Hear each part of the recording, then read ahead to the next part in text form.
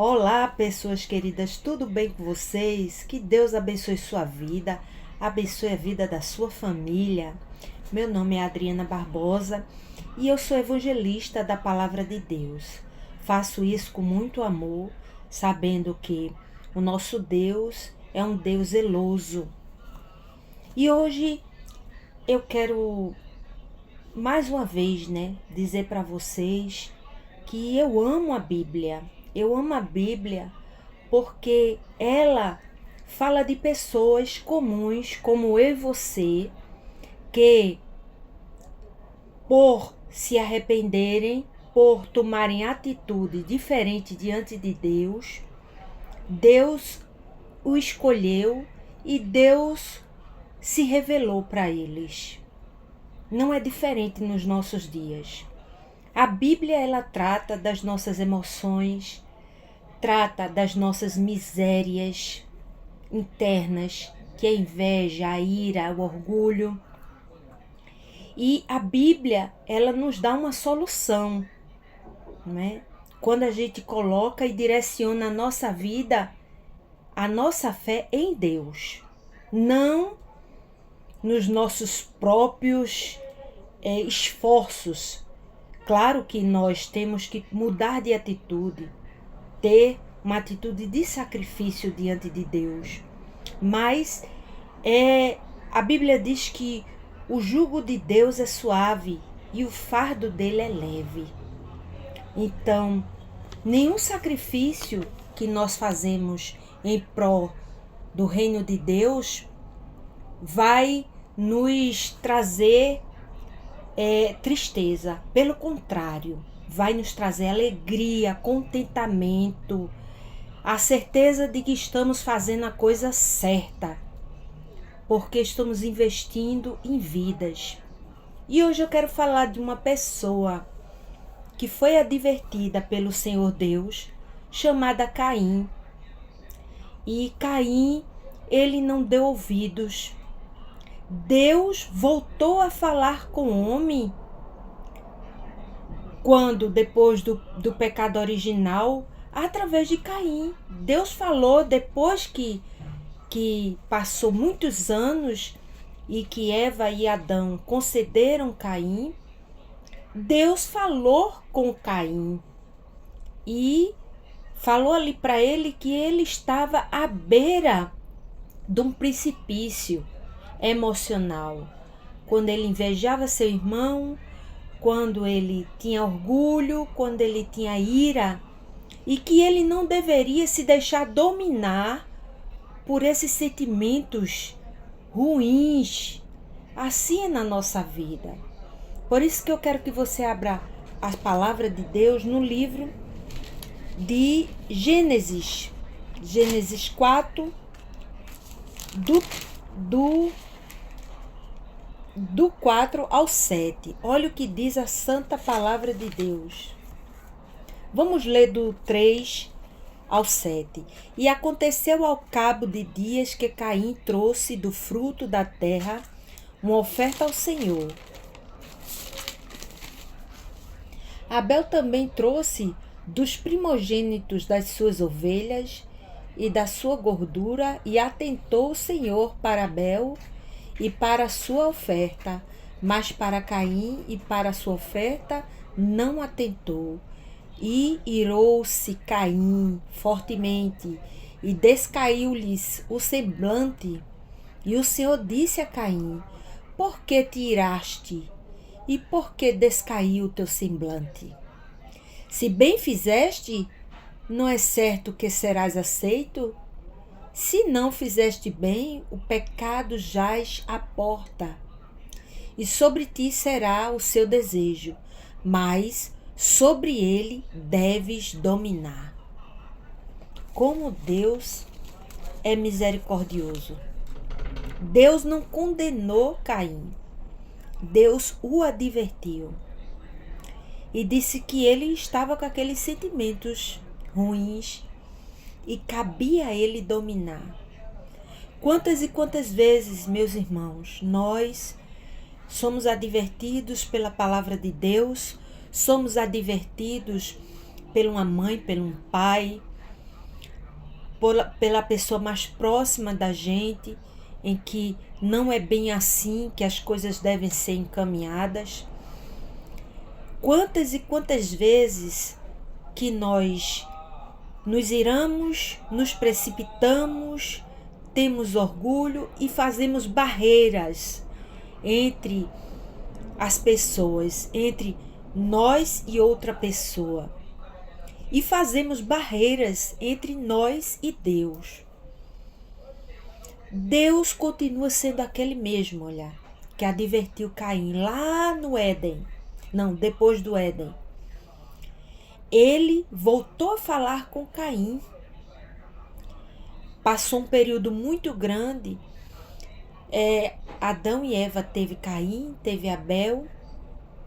E ali ele voltou a falar com o homem. Mas Caim não deu ouvidos à voz de Deus.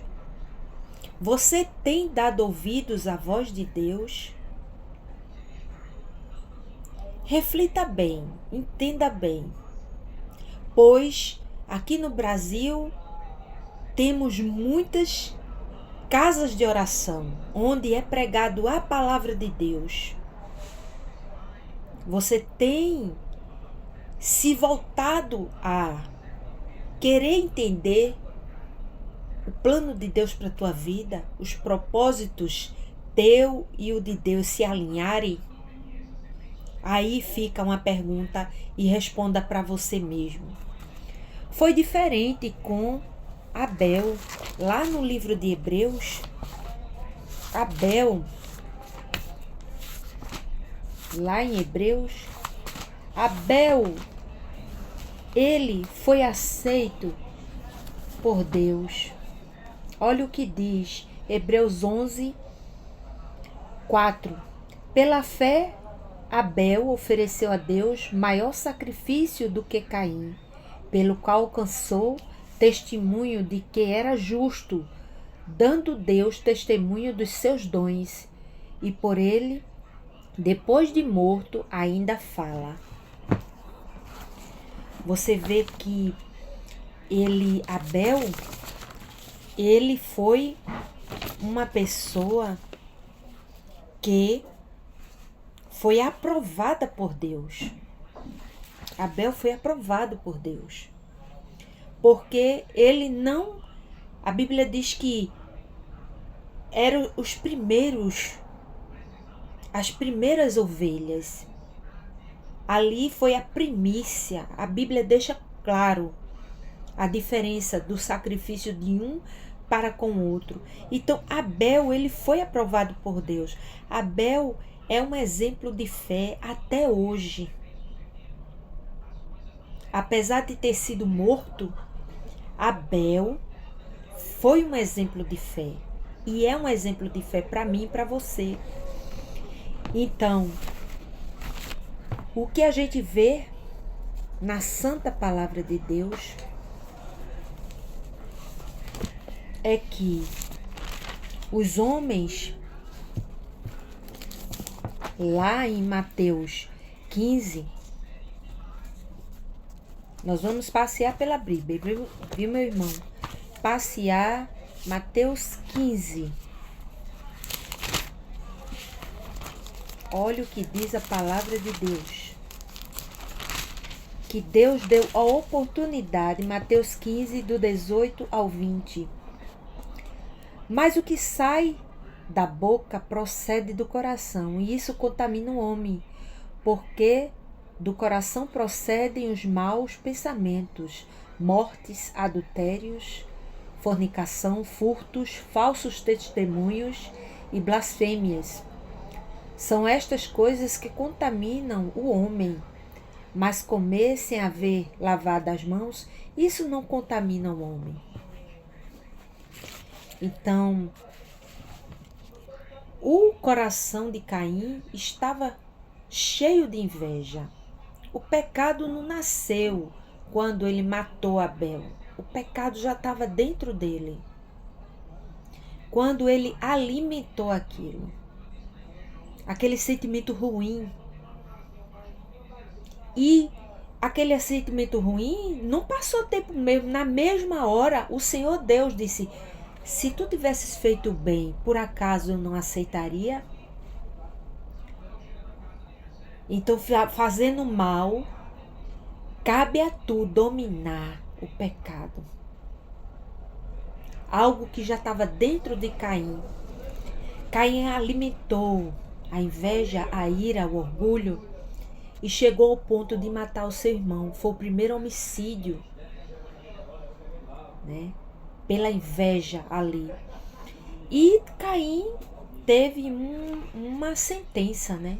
Uma punição. Ele se tornou fugitivo na terra e Deus marcou ele para que as pessoas não o matassem, né? A misericórdia de Deus, mais uma vez, Deus não condena. Deus tem a consequência do pecado, né? A punição, mas sem aniquilar a vida, que é a oportunidade que Deus nos dá todo dia. Quando nós nascemos, crescemos, desenvolvemos, procriamos, temos nossos pensamentos para podermos decidir entre o certo e o errado. Então, Caim nos alerta de quanto a gente tem que vigiar o nosso coração, o nosso entendimento. Lá em Provérbios 4:23, olha o que diz a palavra de Deus. Olha, a alma é o nosso intelecto. A alma é você, o que identifica você, a tua alma, o teu coração. A Bíblia também faz esse paralelo entre alma e coração, são a mesma coisa. Alma, coração, os teus pensamentos não podem ser dominados pelas tuas emoções. Então a tua alma é o teu entendimento, e o teu entendimento tem que dominar as tuas emoções. E ele diz assim, sobre tudo que deve guardar, guarda o teu coração, porque dele procedem as fontes da vida e também da morte, como foi o caso de Caim. Estava lá no coração dele. Então, quantas vezes, meus irmãos, minhas irmãs, nós alimentamos algo que deve ser repreendido da nossa mente?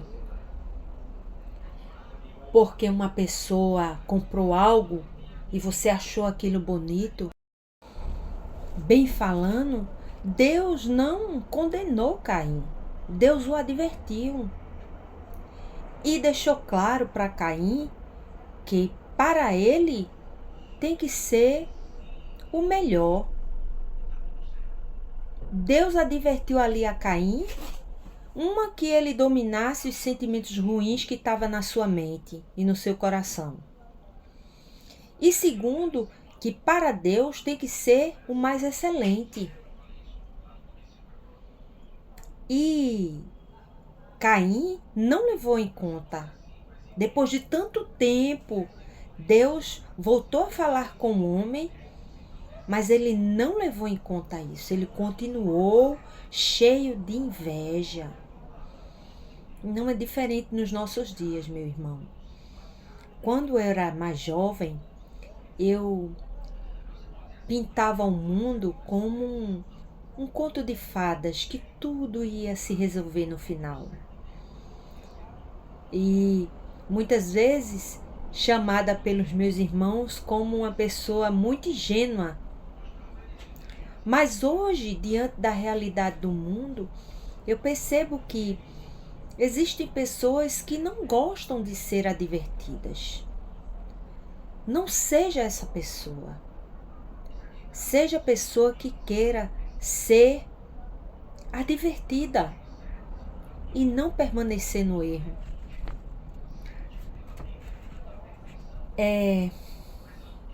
O pecado de Caim não começou com o homicídio de seu irmão.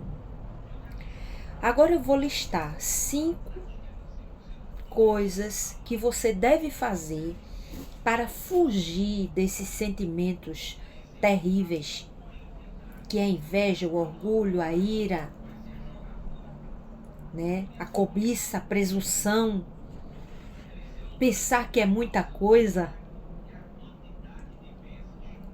Então, o melhor para Deus. Deus deixou claro que o melhor é para Ele. A primícia é dele. Por quê, minha gente? Isso não é narcisismo, não. É entender que Ele é Deus. Se Ele fizer assim, ó, tudo no mundo se acaba. Tá? Então, entendam isso.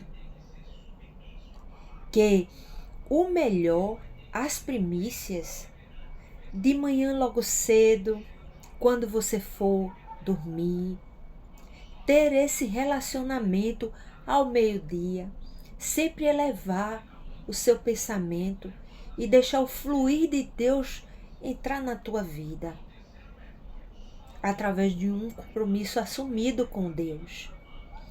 Então, aceitar a correção. Estamos sendo corrigidos agora. A começar por mim. Se houver algum sentimento faccioso dentro de mim, dentro de você, rejeite esse sentimento e se apegue ao amor, à bondade, pois é isso que você vai levar, viu? É isso que te garante a vida eterna. O Senhor Jesus, que a partir do momento que a gente ama a Deus sobre todas as coisas e ao nosso próximo como a nós mesmos, as outras coisas, olha, elas fluem. O reino de Deus é buscar a vontade de Deus em primeiro lugar. Então, vigiar o coração contra a inveja, o orgulho, a ira, a presunção, a cobiça, a soberba. Vigiar, o que é vigiar, Adriana? Vigiar é você se autoavaliar, mas se avaliar mesmo com sinceridade. A minha atitude tá correta? Como é que eu me sinto diante dessa atitude ruim que eu tomei? Identifique se o que você está sentindo é remorso ou se o que você está sentindo é arrependimento. Remorso é só você maquiar o que você sentiu. Arrependimento é quando você se sente triste, realmente amargurado por aquela atitude, por aquela precipitação, por aquele ódio, por aquela forma de pensar, de falar, de condenar. Aí você se olha para dentro de si e diz: meu Deus, só a tua grandeza para me perdoar. Esse é o arrependimento genuíno. E você muda de atitude. Tá? Então vigia teu coração, vigia teu entendimento, teus pensamentos. Domine o pecado antes que ele te domine. Então, um ditado popular: o mal tem que ser cortado pela raiz. Isso é verdade. O mal deve ser cortado pela raiz. Se algum sentimento chegou ao teu coração, à tua mente, ruim, olha, entenda, se você se sente mal, é porque o Espírito Santo já está lhe convencendo do pecado, do juízo e da justiça de Deus. Mas se você não está nem aí, a tua mente já está cauterizada, como estava a mente de Caim. Caim pedrificou com a inveja, com o orgulho, com a ira. Mas se você, diante de atitudes e precipitações, se sente mal, você, meu irmão, minha irmã, já chama assim porque considero-os vocês como meus irmãos. Estão sendo alcançados pelo Espírito Santo de Deus. Pois é só Ele, só o Senhor, que pode fazer com que esta palavra entre dentro de você. Se você quiser, claro, pois você tem um livre-arbítrio. Então, cultive uma vida de fé. Como é que a gente cultiva uma vida de fé? Essa pergunta você vai responder para você mesmo. Eu não vou falar. Vai ficar em époque, como diz na filosofia, uma suspensão do pensamento, para que você reflita. Como devemos cultivar uma vida de fé? O que é necessário? Responda para você mesmo. Então, meus irmãos, que a palavra de Deus possa encontrar uma terra fértil na tua vida, para que tu mude de postura, mude o teu entendimento e não faça como Caim fez. Não deixe a tua mente pedrificar. Deus quer um coração quebrantado, contrito.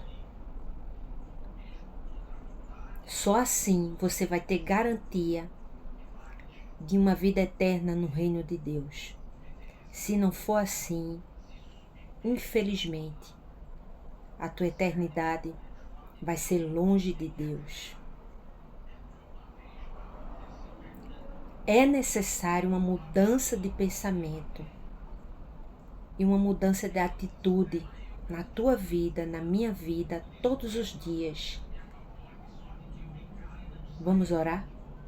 Senhor, gratidão, gratidão pela tua palavra, gratidão por sabermos, Senhor, que estamos no período da graça, onde o teu amor, Senhor, sempre está nos advertindo através dos pastores, dos evangelistas, dos homens, das mulheres de Deus que falam do teu evangelho, que falam a tua palavra, dizendo para os quatro cantos desse mundo que tu os ama, mas que é necessário uma mudança de comportamento, que é necessário passar pela cruz do Calvário, aceitar teu Filho Jesus como Senhor e Salvador. Gratidão, Senhor, pela vida dos meus seguidores. Tu sabes, Senhor, à noite, quando vou dormir, pela manhã, logo cedo, oro pela vida deles, oro pela sua vida emocional, pela sua vida espiritual, pela sua vida no trabalho secular, na sua vida secular, que em tudo, Senhor, eles possam buscar a orientação tua. Com certeza, Senhor, serão bem-sucedidos em tudo que fazem. Por isso, Senhor, gratidão. Gratidão pela resposta desta oração. Em nome de Jesus. Amém. Graças a Deus. Tenha um excelente dia.